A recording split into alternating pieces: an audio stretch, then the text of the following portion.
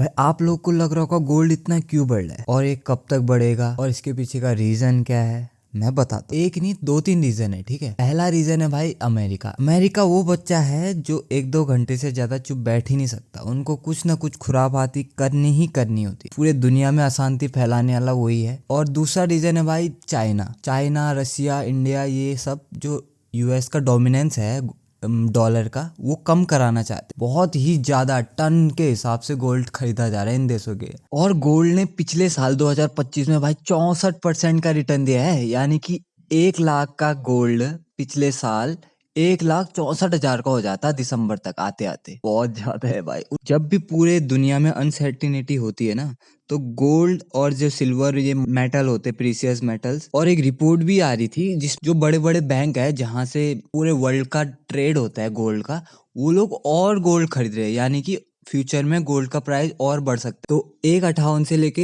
1,63,000 के बीच में मेरे को देखने को मिला है गोल्ड का प्राइस। अलग अलग सिटीज में अलग अलग हो सकता है। अब भाई जो बड़े बड़े एफएमसीजी ब्रांड है वो डिमांड करे कि जो उनके ऊपर 18% जीएसटी लगता है वो 5% हो जाए, जो कि रिसेंटली हुआ भी था। कुछ स्पेसिफिक आइटम्स में हुआ था, जैसे कि पैकेज फूड हो गया, शैम्पू, सर्फ, तेल। बड़े बड़े ब्रांड है जैसे कि पार्ले जी, गोदरेज हो गए, मार्स स्नैकिंग हो गए, वो डिमांड कर रहे कि गवर्नमेंट से 18 से 5 हो जाए। अगर प्रोडक्ट सस्ता हो जाएगा तो ज्यादातर लोग बाइंग करेंगे, तो उससे फायदा होगा गवर्नमेंट को ज्यादा। और उन्होंने क्यों नहीं किया? क्योंकि उनको कम टैक्स मिलता ना, वो भी तो चक्कर है, वहां भी तो है लफड़ा। जो अभी रिसेंट में 18 से 5 किया था, उसके वजह से गवर्नमेंट को कम टैक्स मिला भाई। थोड़ा कम हो गया था उनका टैक्स। अब बजट भी आने वाला है, उसमें वो कुछ ना कुछ मैनेज करके कर ही लेंगे, देखना। अगर वॉल्क्सवैगन, रेनॉल्ट, बीएमडब्ल्यू या मर्सिडीज बेंज का प्राइस कम होगा तो चौंकना मत, क्योंकि ये होने वाला है।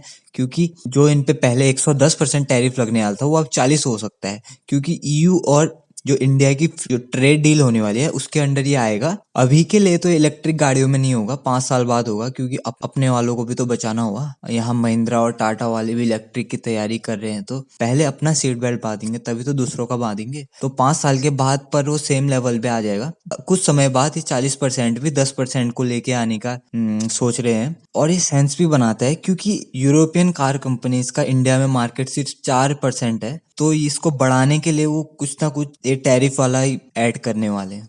अब भाई आयोनेक्स जीएफएल ने 3 एमओयू साइन किए भाई $17,000 के, उत्तर प्रदेश, आसाम और केरला गवर्नमेंट के साथ। के अंडर सोलर मैन्युफैक्चरिंग सेल्स बनेंगे और लेबोरेटरीज बनेंगी। एमओयूज का मतलब ये मत समझना कि पैसे मिल गए। एमओयूज का मतलब होता है इनिशियल एग्रीमेंट होता है, वो साइन किया है अभी इसमें लगेंगे 3-4 साल और ये कंपनी मेनली केमिकल और जो विंड एनर्जी, बैटरीज, मटेरियल, ये सब बनाती है। सोलर पावर प्लांट मैन्युफैक्चरिंग करती है। अब बात करते हैं भाई पीवीआर आइनॉक्स, जिसने अपने सारे के सारे स्टेक 4700 बीसी जो ब्रांड था इनका, इंस्टेंट पॉपकॉर्न वाला ब्रांड था स्नैकिंग का, उसके स्टेक बेच दिए हैं मारिको को। 226 करोड़ में ये डील हुई है और सारे का सारा कैश में हुआ है। और पीवीआर आइनॉक्स 93% स्टेक ओन करती थी भाई इस कंपनी के। और इन्होंने ये क्यों बेचा है? क्योंकि ये लोग फोकस करना चाहते हैं सिनेमा लाइन में, ना कि फूड लाइन में। वैसे भी अब पॉपकॉर्न कौन ही खाता है, सिनेमा कौन ही देखता है, सब तो ओटीटी में आ गए हैं आजकल। अब भाई एक्सिस बैंक का भी Q3 का रिजल्ट आ गया है, जो कि बहुत अच्छा है भाई। प्रॉफिट इनका है 6,490 करोड़, 2.95% से बढ़ा है इनका प्रॉफिट भाई इस साल क्वार्टर में, जो कि पिछले साल था 6,304 करोड़। मतलब इनको पैसे से पैसा कमाना आता है, उनका लॉस कैसे हो सकता है? बैंकिंग सेक्टर में हमेशा प्रॉफिट ही होने के चांसेस होते हैं। और इनके डिपॉजिट भी भाई 15% ईयर ऑन ईयर से बढ़ रहे हैं, 5% इस क्वार्टर में बढ़े हैं। करंट सेविंग अकाउंट इनके 20% ईयर ऑन ईयर बढ़ते हैं। सेविंग अकाउंट डिपॉजिट इनके 11% से बढ़े हैं। लोन तो ये देते ही रहते हैं यार, क्या ही बात करूं मैं। हो गया भाई खत्म।